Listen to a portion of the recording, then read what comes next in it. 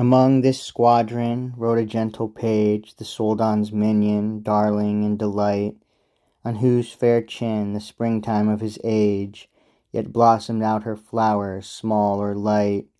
The sweat spread on his cheeks with heat and rage seemed pearls or morning dews on lilies white. The dust therein, uprolled, adorned his hair. His face seemed fierce and sweet, wrathful and fair. His steed was white, and white as purest snow that falls on tops of aged Apennine. Lightning and storm were not so swift, I trow, as he to run, to stop, to turn and twine. A dart his right hand shaked, pressed to throw, his cutlass by his thigh, short, hooked, fine.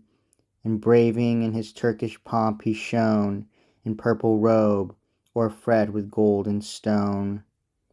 The hardy boy, while thirst of warlike praise bewitched so his unadvised thought, 'gainst every band his childish strength assays, in little danger found, though much he sought.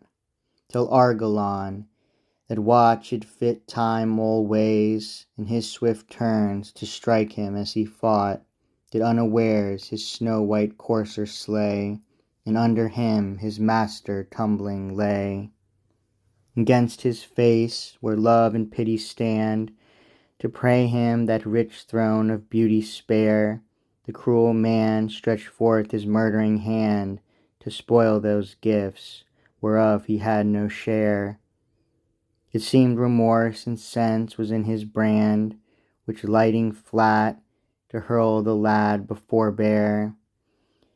But all for naught, 'gainst him the point he bent, that what the edge had spared, pierced and rent.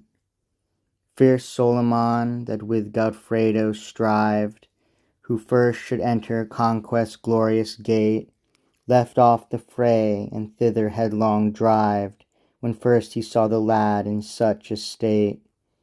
He brake the press, and soon enough arrived to take revenge, but to his aid too late, because he saw his Lesbine slain and lost, like a sweet flower nipped with untimely frost.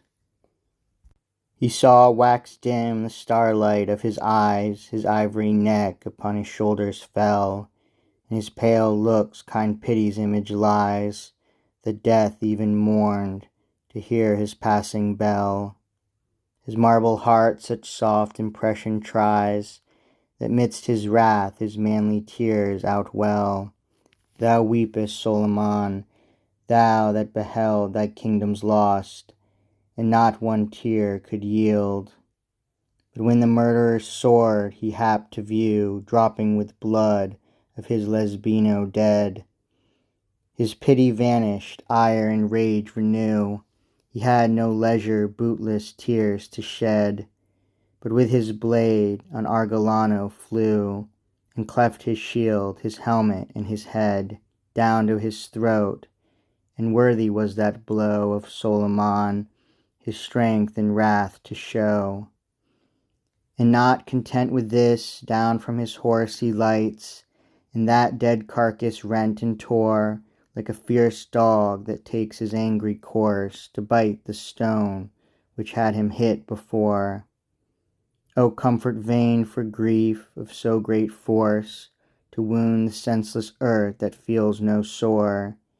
But mighty Godfrey 'gainst the Soldan's train spent not, this while, his force in blows in vain.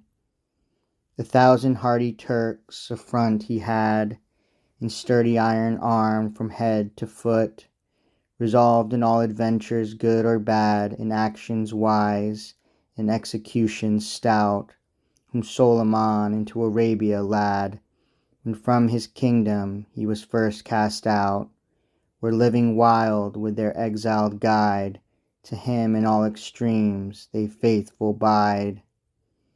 All these in thickest order sure unite, for Godfrey's valour small or nothing shrank.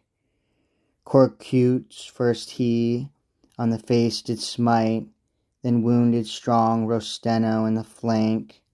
At one blow Selim's head he stroke off quite, Then both Rosano's arms, in every rank the boldest knights of all that chosen crew, he felled, maimed, wounded, hurt, and slew.